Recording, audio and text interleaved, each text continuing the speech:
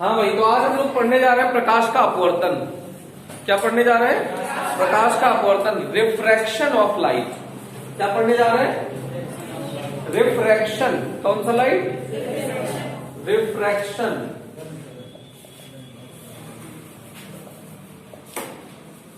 प्रकाश का अपवर्तन, इसको क्या कहते हैं हिंदी में? प्रकाश का अपवर्तन, रिफ्रैक्शन ऑफ लाइट। पीछे अभी तक पढ़ रहे थे रिफ्लेक्शन ऑफ लाइट। क्या पढ़ रहे थे? रिफ्लेक्शन। वहां लेक्शन था, यहां रेक्शन है। Refraction of light. तो एक्चुअल में क्या होता है कि जब प्रकाश की किरण एक माध्यम से चलती हुई दूसरे माध्यम में प्रवेश करती है तो उसके वेग में परिवर्तन हो जाता है। क्या होता है? एक माध्यम से चलकर जब प्रकाश की किरण दूसरे माध्यम में प्रवेश करती है तो उसके वेग में परिवर्तन के कारण उसकी दिशा में परिवर्तन हो जाता है। वेग में परिवर्तन के कारण दिशा में परिवर्तन हो जाता है। यह घटना क्या कहलाता है? प्रकाश का अपवर्तन कहलाता है। यही घटना क्या कहलाता है? प्रकाश का अपवर्तन। समझ में आया? जब when light travels from one medium and enters in another medium, then at a boundary, या कह सकते हो then due to entering in different medium, the velocity of light changes, and due to this change, the path of light diverges from real path. This phenomena is known as refraction of light. तो जब प्रकाश की किरण एक माध्यम से चलकर किसी दूसरे माध्यम में प्रवेश करती है तो वेग में परिवर्तन के कारण अपने दिशा में परिवर्तन हो जाता है और अपने वास्तविक मार्ग से मुड़ जाती है। अपने दिशा में परिवर्तन का मतलब क्या हो गया? अपने वास्तविक मार्ग से मुड़ जाती है। यह घटना प्रकाश का अपवर्तन कहलाती है। तो इधर देखिएगा, ये अभिलंब जैसे पिछले में बनाया था, यहां भी अभिलंब रहेगा। ये आपतित किरण है। ये कौन सी किरण है? आपतित किरण, इंसिडेंट रे। कौन सी रे? इंसिडेंट।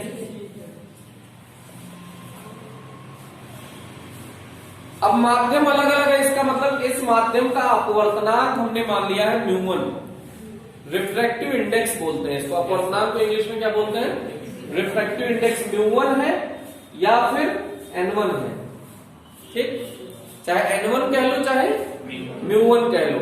ऐसे ही दूसरे माध्यम का रिफ्रैक्टिव इंडेक्स है म्यू2 या फिर कह लो n2। ठीक, जब प्रकाश की किरण एक माध्यम से चलकर, अच्छा ये अगर ये मीडियम चेंज नहीं होता तो ये ऐसे सीधे चली जाती। ये इसका वास्तविक मार्ग है ना, वास्तविक पथ, रियल पाथ है इसका ना। अब ये इस माध्यम में जैसे ही प्रवेश करेगी, या तो देखो ये कोण तो एंगल आई हो गया, अभिलंब का आपतित किरण के साथ बना कोण, ये क्या भैया? अभिलंब है। अभिलंब का आपतित किरण के साथ बना कोण आपतन कोण कहलाता है। अब ये जब दूसरे माध्यम में प्रवेश करेगी या तो अभिलंब से दूर हट जाएगी या अभिलंब की ओर झुक जाएगी। ये अभिलंब है ना, तो एक तो रास्ता है ये सीधे इधर चली जाए और एक रास्ता है ये इधर चली जाए। तो इसको कहते हैं अभिलंब से दूर हटना। इसको क्या कहते हैं? अभिलंब से दूर हटना। और इसको कहते हैं अभिलंब की ओर मुड़ना। अभिलंब की ओर मुड़ना। ये टुवर्ड्स नॉर्मल है, ये अवे फ्रॉम नॉर्मल है। ये लाइन क्या है? टुवर्ड्स नॉर्मल, और ये अवे फ्रॉम नॉर्मल। अभिलंब से दूर, अभिलंब की ओर। तो ये अगर ये वाली दोनों में से एक ही होगा, दोनों नहीं होगा एक साथ। अगर ये सघन है, डेंस, और ये रेरर है, ये डेंसर मीडियम है, ये रेरर मीडियम, मतलब ये सघन है, ये विरल है। विरल है, पहले इसे समझो, जैसे तुम हो, ये रूम एकदम खचाखच भरा हो और हम कहें यहां से निकल जाओ, तो ऐसे बचा बचा के ऐसे सिकुड़ के निकलोगे ना। डेंसर का मतलब जहां मॉलिक्यूल पास पास हो, मतलब ये रिफ्रैक्टिव इसमें ऑप्टिकल डेंसर ऑप्टिकल रेयर की बात होती है, मतलब सघन और विरल की बात नहीं हो रही है, प्रकाशिक रूप से सघन और प्रकाशिक रूप से विरल। ठीक है, तो प्रकाशिक रूप से अगर सघन है माध्यम तो तुम यहां पे सघन में सिकुड़ के निकलोगे, और अगर अभी यहां पे खूब जगह हो तो ऐसे फैल के नहीं निकल जाओगे। तो बोलो, जब जगह ज्यादा होगी तो फैल जाओगे, जगह ज्यादा होगी तो फैल जाओगे, और जगह कम होगी तो सिकुड़ जाओगे। तो ये मीडियम अगर डेंसर हुआ मतलब सघन, तो सघन हुआ तो सिकुड़ जाओगे, तो अभिलंब की ओर चिपक जाओगे। ये अभिलंब है ना, वास्तव में ऐसे जाते लेकिन अभिलंब की ओर चिपक गए। सही बात है ना। अगर ये माध्यम विरल हुआ इसके तुलना में, हमेशा इसी से तुलना करके बता रहे हैं, अगर ये माध्यम विरल हो, सॉरी सघन हो गया, ये माध्यम विरल हो गया, मतलब ये डेंसर ये रेयर, तो जगह ज्यादा तो फैल जाओगे ना, तो फैल जाओगे तो दूर चले जाओगे ना, अपने रियल पाथ से भी फैल जाओगे। सही बात है ना। तो जब कोई प्रकाश की किरण एक माध्यम से दूसरे माध्यम में प्रवेश करती है तो वेग में परिवर्तन के कारण दिशा में परिवर्तन होता है। यह घटना क्या कहलाती है? प्रकाश का अपवर्तन कहलाती है। ये बात समझ में आ गई कि नहीं आई? अगर प्रकाश की किरण विरल से सघन में प्रवेश करेगी तो अभिलंब की ओर, अरे विरल से सघन में, सघन माने घना, सघन में अभिलंब की ओर कि अभिलंब से दूर? अभिलंब की ओर मुड़ जाएगी। और अगर विरल से वो सघन से विरल में प्रवेश करी तो अभिलंब से दूर हो जाएगी। फिर से बताओ, सघन से विरल में प्रवेश करी तो अभिलंब से दूर। Denser to rare away from normal, और rare to denser towards normal. सही बात है। अरे आ रहा है बेटा, नहीं आ रहा है? हा? अगर प्रकाश की किरण यहाँ ये सघन माध्यम हो, ये विरल हो, तो सघन से विरल में आएगी तो क्या होगा? हाँ, दूर हो जाएगी ना। और अगर विरल से सघन में आएगी तो चिपक जाएगी। तो ये कब का केस है? ये वाला सघन से विरल में आई है, विरल से सघन में? ये सघन से विरल में आई है तो दूर हटी है। और ये अगर पूछे तो विरल से सघन में आई है। ये बात समझ में आई कि नहीं आई? तो उसमें भी ये नियम लागू होता है। आपतन कोण, यहां इस कोण को अपवर्तन कोण कहते हैं। ये अपवर्तित किरण है, दोनों नहीं होगा, कोई एक होगा। एक बनाते हैं, चलो इसमें एक अगले चित्र में कहीं बना देते हैं। ये अपवर्तन कोण है, angle R, angle of refraction. इसको भी आर से ही प्रदर्शित कर रहे हैं। रिफ्लेक्शन भी आर से है और रिफ्रैक्शन भी आर से है, तो इसको कहते हैं एंगल ऑफ रिफ्रैक्शन। तो आपतन कोण, अपवर्तन कोण तथा अभिलंब तीनों एक तल में होते हैं। इसके अपवर्तन का नियम अगर पढ़े तो आपतन कोण, अपवर्तन कोण और सॉरी आपतित किरण, अपवर्तित किरण और अभिलंब तीनों एक तल में होते हैं। Incident ray, refracted ray and normal all lies in same plane, all lies in same plane. दूसरा नियम क्या है? देखो,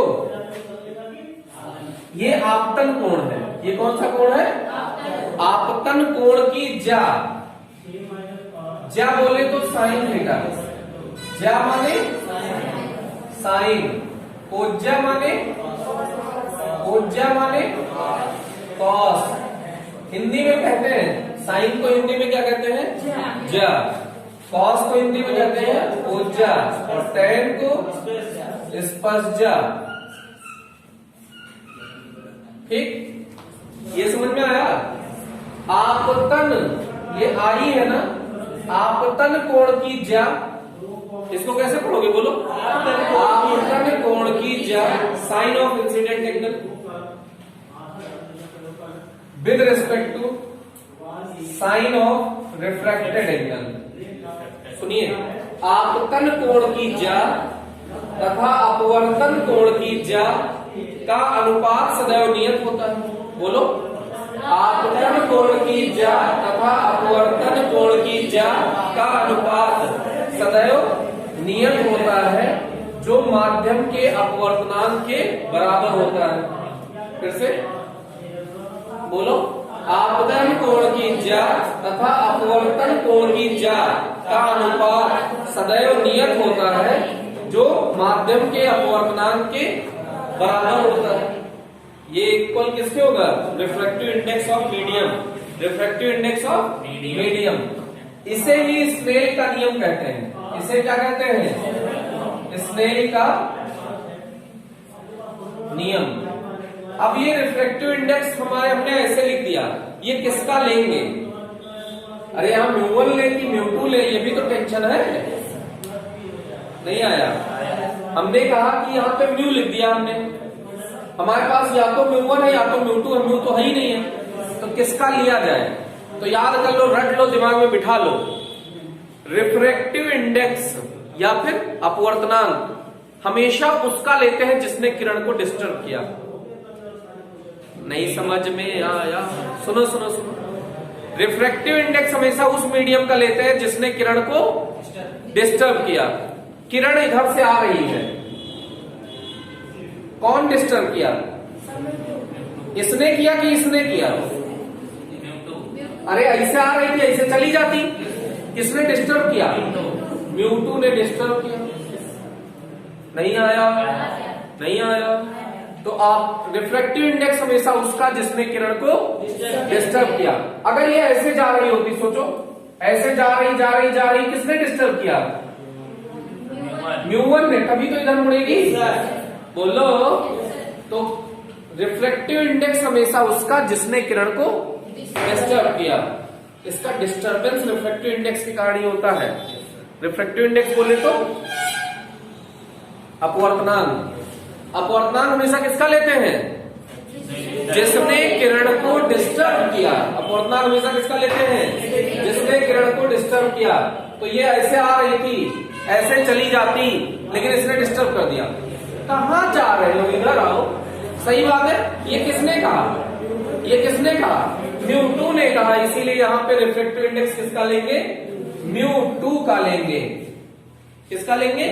म्यू2 का लेंगे। लेकिन कहां से आ रही हो वो भी लास्ट में लिख दो। समझ में आया? अरे समझ में आया कि नहीं आया? अब इसको थोड़ा सा तरीके से लिखा जाए। देखो, sine I upon sine R, म्यू2 इसको ऐसे अलग अलग किताब में अलग अलग देखने को मिलेगा। कुछ जगह पे ऐसे लिखा मिलेगा, कुछ जगह पे ऐसे लिखा मिलेगा, म्यू2 विद रिस्पेक्ट टू 1। कुछ किताब में ऐसे लिखा मिलेगा, म्यू2 विद रिस्पेक्ट टू 1। कुछ किताब में ऐसे लिखा रहेगा। अलग अलग किताबों में अलग अलग लिखा मिलेगा। इतने टाइप का मतलब सब एक ही है। कुल मिला के म्यू के बाद आगे कौन मिल रहा है तुमको? बस वही मीडियम। देखो, म्यू के बाद पहले कौन मिला? 2। म्यू के बाद पहले कौन मिला? 2। फिर देख लो कौन बचा। म्यू के बाद पहले कौन मिला? बाद वाला देखते हैं। म्यू के बाद पहले कौन मिला? 2। तो उस मीडियम का अपवर्तनांक लिया गया है किसके रिस्पेक्ट में? दूसरा वाला क्या कह रहा है कि इसके रिस्पेक्ट में है। जैसे 2 का अपवर्तनांक लिए है लेकिन 1 के सापेक्ष लिए है। तो हिंदी में कैसे कहेंगे? 1 के सापेक्ष 2 का अपवर्तनांक। इंग्लिश में refractive index of 2 with respect to 1। कैसे पढ़ेंगे? Refractive index of 2 with respect to 1। Refractive index of 2 with respect to 1। Refractive index of 2 with respect to 1। Refractive index of 2। Okay, पक्की बात? लॉक कर दिया जाए? कोई कष्ट वाली बात नहीं। इसका मतलब क्या होता है? देखो, म्यू पहले कौन मिला? 2। तो 2 अपॉन बाद में कौन मिला? म्यू1। इसका मतलब ये भी होता है। कुछ जने हार्ट अटैक भेजे, सर ये भी होता है, ये भी होता है, ये भी होता है, ये भी होता है, ये भी होता है। कैसे टर्म पहले कौन सा होता है? जो पहले मिल जाए बस वही होता है। देखो, म्यू2, अगर म्यू2 है तो म्यू2 पहले मिला कि नहीं? बाद में म्यू1 मिला। सही बात है ना? तो इसको इतने टाइप से लिखा जाता है। हम लोग इसका इतने टाइप का नहीं यूज करेंगे, हम लोग सिर्फ यही यूज करेंगे। जमसे नहीं जमसे? पक्की बात? तो देखो, sine I upon sine R को ऐसे लिख सकते हैं क्या, μ2 अपॉन μ1 लिख सकते हैं ना। तो देखो इसको ऐसे लिखो, क्रॉस मल्टीप्लाई करो, μ1 sine I equals μ2 sine R. तो μ1 साइन आई बराबर μ2 साइन आर, तो म्यू साइन, ऐसे चलो इसी को लिखना, μ1 साइन आई बराबर μ2 साइन आर, μ1 साइन आई बराबर μ2 साइन आर। ये बड़ा सिंपल है, तो कोई गधा भी लिख सकता है। देखो μ1 साइन आई बराबर μ2 साइन आर। जिस माध्यम का अपवर्तनांक उस माध्यम का कोण, जिस माध्यम का अपवर्तनांक उस माध्यम का कोण बराबर कर दो साइन के साथ। ये किसका नियम है, स्नेल बाबा का नियम है। किसका नियम है, स्नेल बाबा का नियम है। तो इसको आपको परिभाषा सहित अपने मन से तुरंत लिखना है, जम से नहीं, जम से मिटाने जा रहे हैं। क्या करने जा रहे हैं, फिर इसी से सारा इसमें अपवर्तन, खाली स्नेल का नियम आ जाए, अपवर्तन आ गया। आपको परिभाषा अपने मन से लिखो, फिर से देख लो स्नेल का नियम क्या भैया।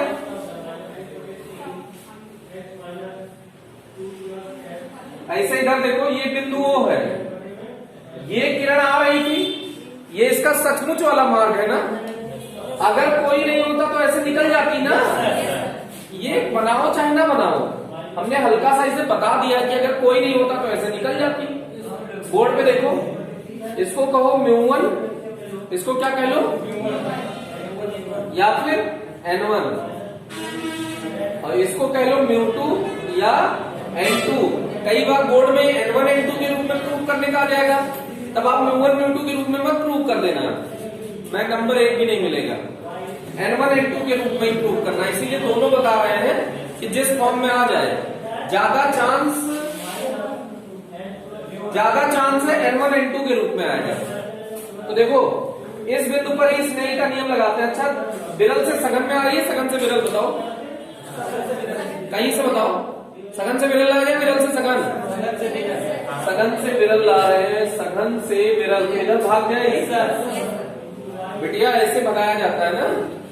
ये एंगल आई है,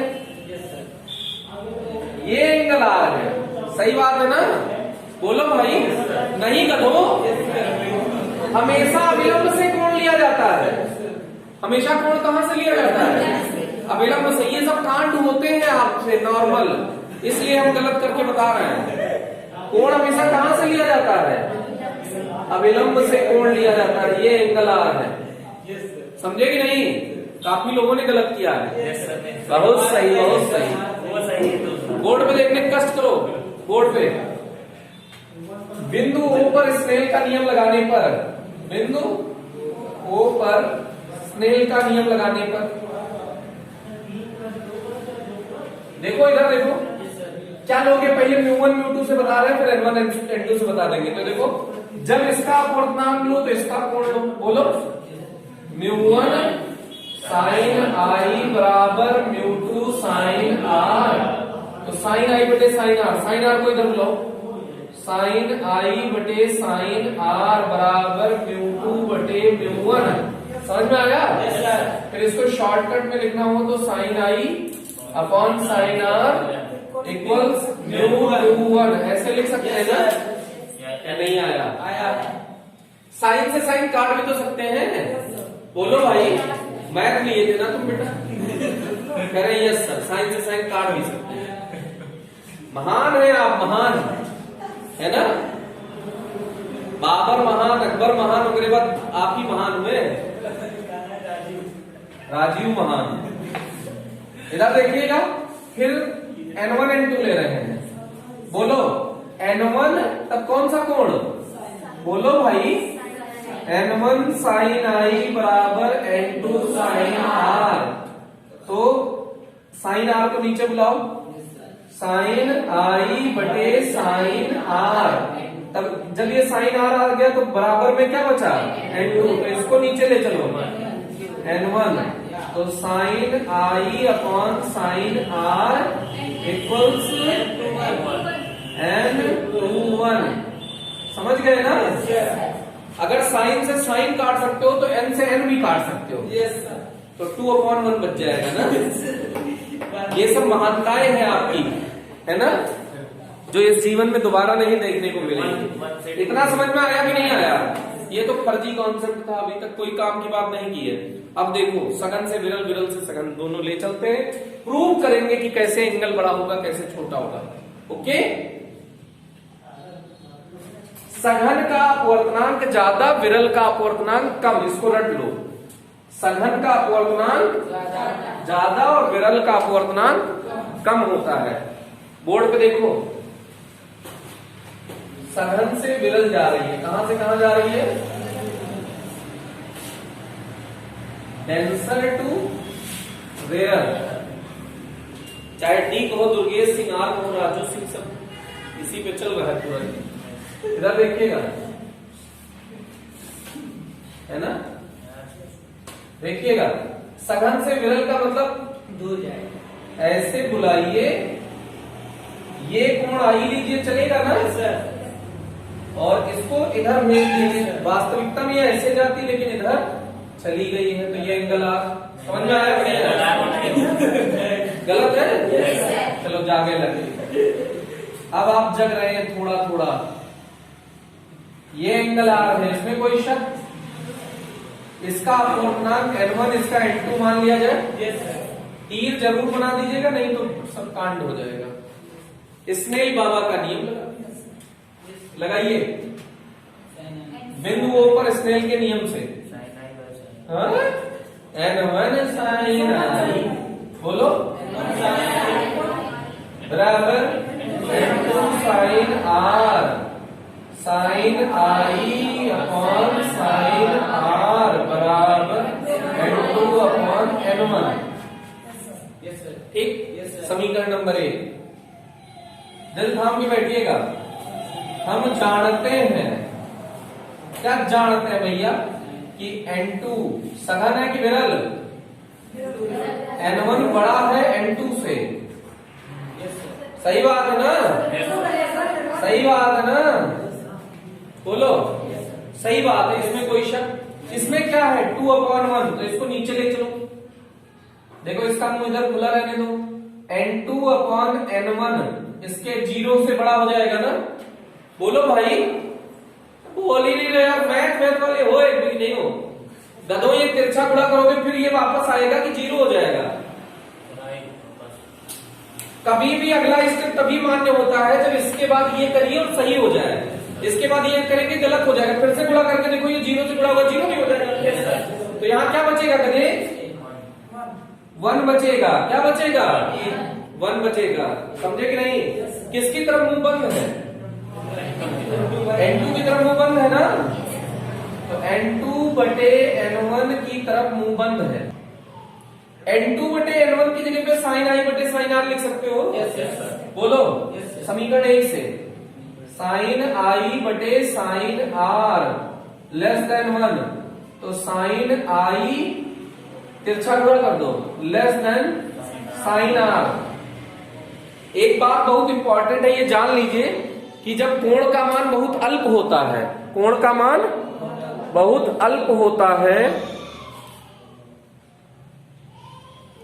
जब कोण का मान बहुत अल्प होता है, ये जब साइन आई, जब कोण का मान बहुत अल्प होता है तो साइन आई के बराबर हो जाता है, साइन आर के बराबर हो जाता है। मतलब sine theta nearly equal theta हो जाता है। याद करो, ये बताया है। साइन थीटा लगभग किसके बराबर हो जाता है? थीटा के। ये लगभग किसके बराबर हो जाता है? टेन थीटा के। साइन थीटा और टेन थीटा लगभग बराबर हो जाते हैं। जब थीटा बहुत कम होता है तो साइन थीटा और टेन थीटा लगभग बराबर हो जाते हैं, और ये किसके बराबर हो जाते हैं? थीटा के। ठीक है, मतलब ये तीनों आपस में बराबर होते हैं। समझ में आया? इसको ध्यान रखिएगा। जब कोण का मान बहुत अल्प होता है तो साइन थीटा लगभग थीटा के बराबर, टेन थीटा भी लगभग थीटा के बराबर हो जाता है। या फिर कभी साइन थीटा की जगह टेन थीटा लिखने की जरूरत हो तो लिख सकते हैं। समझे कि नहीं? हाँ, थीटा कम हो तब। तो जब थीटा बहुत अल्प हो, जब थीटा वो सॉरी जब कोण लिख दो, थीटा यहां है ही नहीं है, कोण बहुत अल्प हो, when angle is very small then sin I nearly equals I तथा साइन आर को नियरली इक्वल्स आर लिख सकते हैं। साइन आई को लगभग क्या लिख सकते हैं? आई। साइन आई को लगभग क्या लिख सकते हैं? आई, क्योंकि साइन थीटा लगभग थीटा के बराबर हो जाता है। तो साइन आई लगभग किसके बराबर हो जाएगा? आई के। साइन आर किसके बराबर हो जाएगा? आर के। तो साइन आई की जगह आई लिख सकते हैं लेस देन आर। तो ये हमारे चित्र से भी प्रूव हो रहा था। देखो आई कम है आर ज्यादा है, आई कम है आर ज्यादा है। प्रूव हो गया कि नहीं? बोलो भाई, किसके नियम से प्रूव हुआ ये? स्नेल बाबा के नियम से। किसके नियम से? दूसरा, विरल से सघन। दूसरा क्या भैया? विरल से सघन। ये N1 N2 ले रहे हैं, N2 N1 भी आप लिख सकते हैं ना। विरल से सघन में जाएगी तो विरल से जब सघन में जाएगी तो अविरल की ओर झुक जाएगी। बोलो भाई, समझ में आया कि नहीं आया? ये कौन सा एंगल है? आई। ये कौन सा? यही एंगल लिया जाएगा ना? यही लिया जाएगा ना? ये वाला लिया जाएगा? यही वाला लिया जाएगा। ये एंगल आर है। ये समझ में आया? ये N1 मान लीजिए, ये N2 मान लीजिए। बिंदु O पर स्नेल बाबा का नियम लगा दीजिए। बोलिए, N1 साइन आई बराबर N2 साइन आर। चल जाएगा? बोलो, sine I upon sine R बराबर N2 अपॉन N1। चलेगा? हम जानते हैं, होशियार बन जाइए जरा। हम जानते हैं किसका मान ज्यादा है? N2 का कि N1 का? गधे हो क्या? अपवर्तनांक किसका ज्यादा है? सघन का। अपवर्तनांक हमेशा किसका ज्यादा होता है? सघन का अपवर्तनांक हमेशा ज्यादा होता है। रट लीजिए, कहा अभी थोड़ी देर पहले। तो किसका अपवर्तनांक ज्यादा है? N2 greater N1। N2 बटे N1 लाना है तो इसको बटे में ले आओ। N2 बटे N1 ग्रेटर देन 0। हाँ, अब ना कर देना ये कांड दोबारा। एक ही बार हर कांड किया करें तो बढ़िया है, कोई दिक्कत नहीं है। अब देखिए, N2 बटे N1 की जगह समीकरण 1 से मदद लेके साइन आई बटे साइन आर लिख सकते हो। तो साइन आई बटे साइन आर ग्रेटर देन 1। तो sine I greater than sine R जब थीटा बहुत अल्प हो। जब कोण बहुत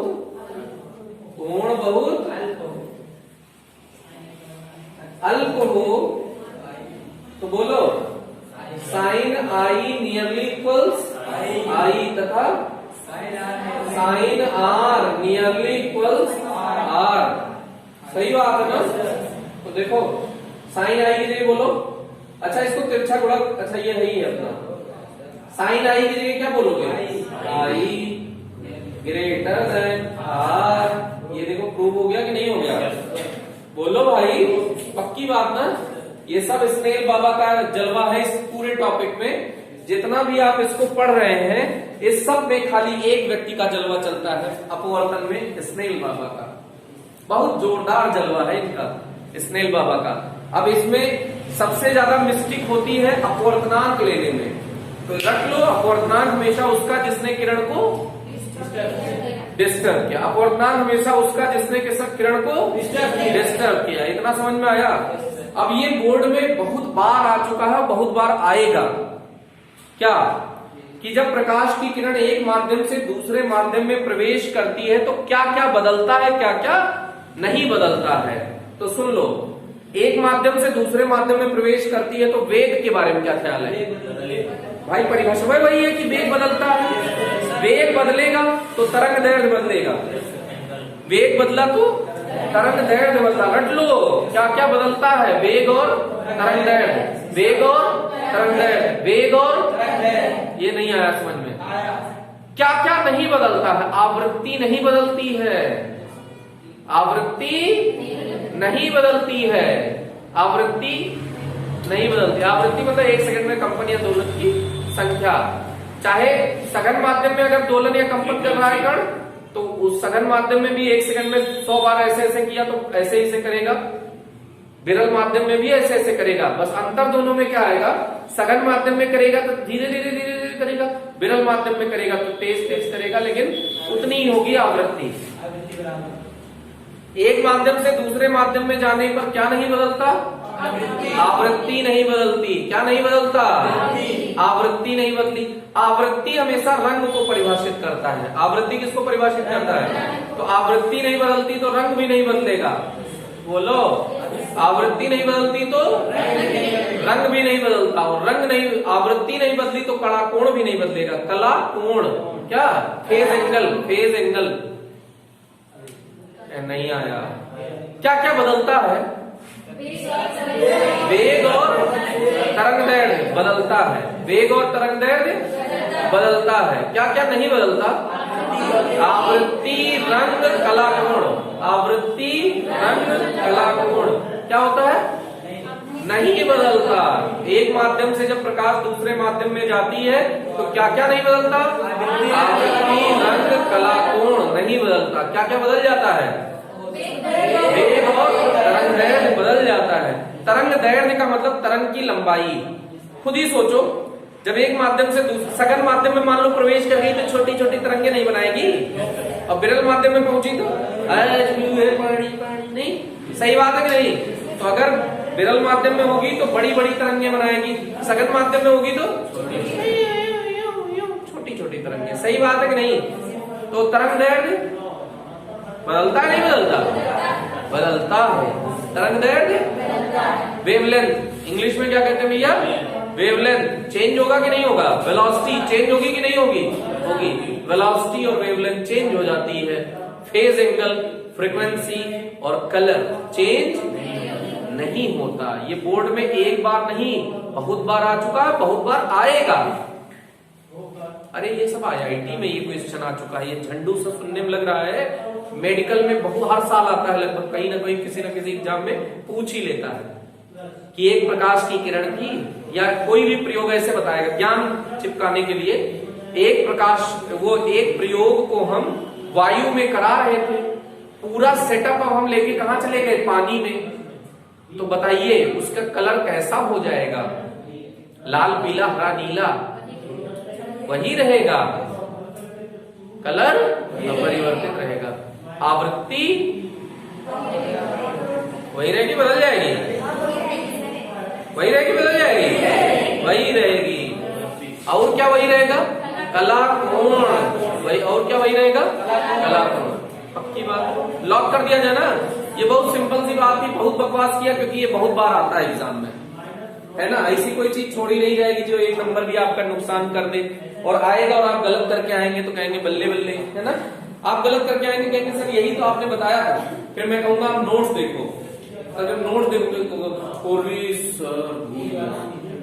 इतना समझ में आया कि नहीं आया, आ गया ना। अब इसके आगे थोड़ा सा बढ़ते हैं।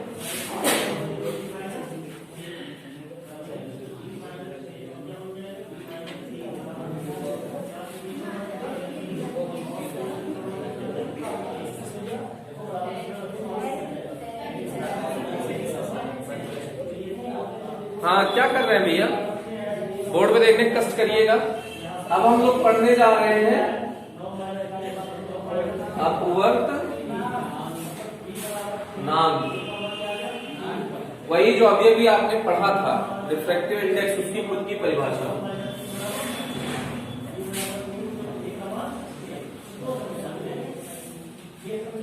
अपवर्तनांक पढ़ने जा रहे हैं। क्या पढ़ने जा रहे हैं, अपवर्तनांक। ये दो प्रकार का होता है, एक निरपेक्ष अपवर्तनांक, निरपेक्ष अपवर्तनांक,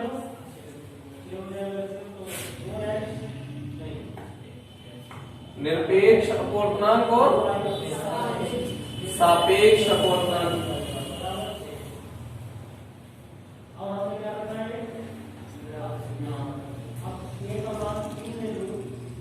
refractive index, absolute refractive index, निरपेक्ष अपवर्तनांक को क्या कहते हैं इंग्लिश में? Absolute refractive index, absolute relative refractive index. Okay, अलग अलग माध्यम में प्रकाश की चाल के अनुपात को ही अपवर्तनांक कहते हैं। अपवर्तनांक किसे कहते हैं? अलग अलग माध्यम में प्रकाश की चालों का अनुपात अपवर्तनांक कहलाता है। निरपेक्ष अपवर्तनांक किसे कहते हैं? जब प्रकाश निर्वात में प्रकाश की चाल तथा माध्यम में प्रकाश की चाल, क्या निर्वात में प्रकाश की चाल, वेलोसिटी इन वैक्यूम, निर्वात में प्रकाश की चाल, क्या निर्वात में प्रकाश की चाल, निर्वात में प्रकाश की चाल तथा माध्यम में प्रकाश की चाल, माध्यम में प्रकाश की चाल के अनुपात को अपवर्तनांक या म्यू या एन, जो भी आप लिखना चाहें, हाँ बात करते रहना बेटा, जरूरी है, नहीं तो समझ में आ जाएगा। निर्वात में प्रकाश की चाल तथा माध्यम में प्रकाश की चाल के अनुपात को निरपेक्ष अपवर्तनांक कहते हैं। निर्वात में प्रकाश की चाल उसको किससे प्रदर्शित करते हैं? सी से, वी से। तो म्यू इक्वल्स क्या हो जाएगा बेटा? सी अपॉन वी। पक्की बात? म्यू इक्वल्स क्या हो जाएगा? सी अपॉन वी। चल जाएगा। सापेक्ष अपवर्तनांक, अलग अलग माध्यम में प्रकाश की चाल ले लीजिए। प्रथम माध्यम में, एक माध्यम में प्रकाश की चाल तथा द्वितीय माध्यम में प्रकाश की चाल के अनुपात को सापेक्षिक अपवर्तनांक कहते हैं। सापेक्ष अपवर्तनांक देखो, प्रथम माध्यम में प्रकाश की चाल, अभी इसके बाद आपसे प्रूव करवाएंगे वो सघन से विरल, विरल से सघन कैसे आया था। प्रथम माध्यम में प्रकाश की चाल तथा द्वितीय माध्यम में, अब पीछे लोग देख रहे हैं, लिखा नहीं है यही तो बात है, तुम होशियार हो, हम उससे थोड़ा सा ज्यादा है। प्रथम माध्यम में प्रकाश की चाल को V1 से लिख दीजिए, द्वितीय माध्यम में प्रकाश की चाल V2 से लिख दीजिए, म्यू या एन जो भी है, तो म्यू 2 1, ठीक। किसमें? द्वितीय माध्यम में गई है, ऐसे सोचो, यहां से आई यहां गई, तो ये म्यू 2 है ना, ये म्यू 1 है, तो यहां क्या लेंगे? डिस्टर्ब कितने किया? 2 ने किया, तो म्यू 2 1। सही बात है कि नहीं? बोलो, नहीं आया? आया ना भाई, कि प्रथम माध्यम में प्रकाश की चाल तथा द्वितीय माध्यम में प्रकाश की चाल के अनुपात को सापेक्षिक अपवर्तनांक कहते हैं। अब आप वो दोनों सिद्ध कर दीजिए तो खटाक से, रिलेटिव वाला 2 मिनट लगेगा बस। देखिए, एक मीडियम है, दूसरा मीडियम है, अपनी मर्जी से कुछ मानिए, गले मिल लो बेटा। ये वायु है, ये जल है, फिर ये वायु है। अभी इसके बाद कुछ और प्रयोग कर लेंगे, कांच वांच भी ले लेंगे, लेकिन अभी कौन कौन सा है? वायु, जल, वायु। तो देखो, यहां से प्रकाश की किरण आई, वायु से जल, कौन सघन कौन विरल? जल क्या है? सघन में विरल, सघन। वायु क्या है? विरल। तो सघन से विरल में आएगी तो क्या होगा? बोलो, विरल से सघन का दे, सघन से विरल नहीं, क्या बोलोगे?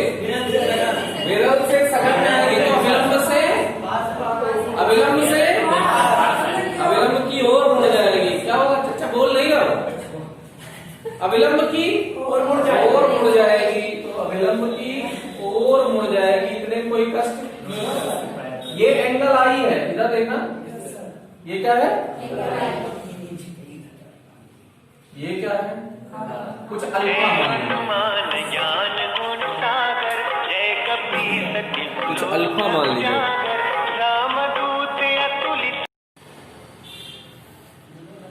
वायु से यहां फिर से, यहां से फिर से, अब ये अल्फा है तो ये अल्फा होगा एकांतर कोण के नियम से, ये समझ में आया कि नहीं आया? बोलो भाई, इसमें कोई शक? अब जब ये इधर देखिए, ये जल से फिर वायु में जाएगी तो सघन विरल, विरल सघन क्या होगा?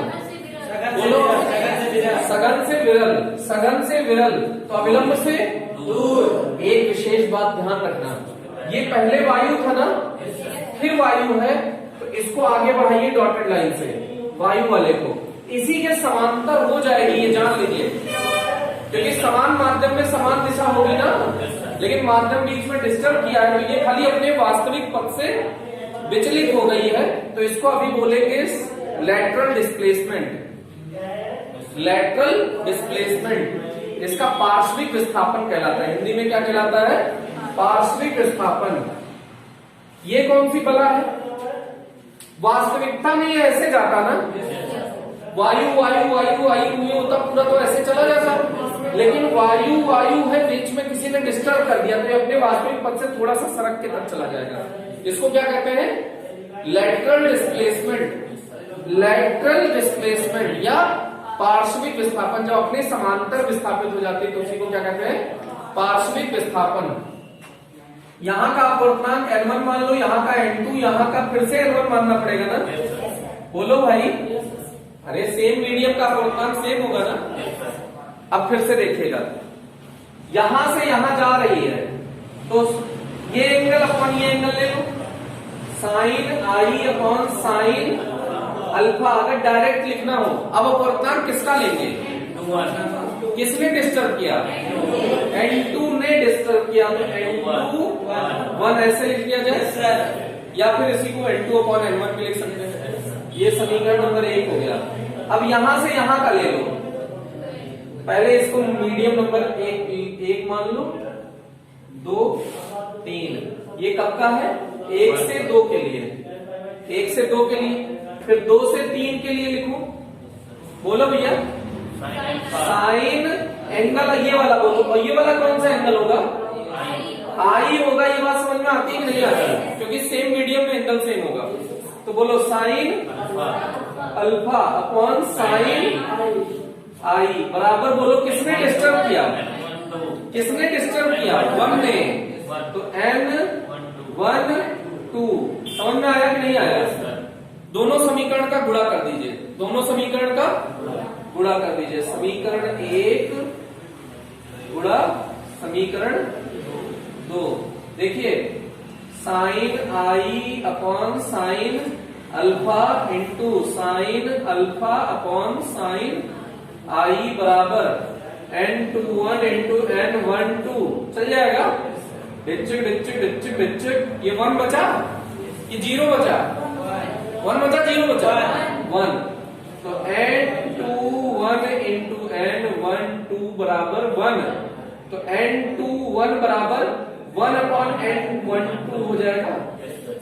तो इसका मतलब है कि अगर आपने 2 विद रिस्पेक्ट टू 1 है तो उसको पलट के 1 विद रिस्पेक्ट टू 2 भी लिख सकते हैं। समझ में आया कि नहीं आया? बोलो भाई। अरे ये समझ में आया? तो ऐसे 2 मीडियम का हमने किया है, 3 मीडियम का नोट्स में किया हुआ है। एक बार आप खुद से ट्राई करिएगा, अगर हो जाएगा तो ठीक है, और नहीं हुआ तो कल फिर बता देंगे। ठीक है भाई, थैंक यू, आज के लिए इतना ही।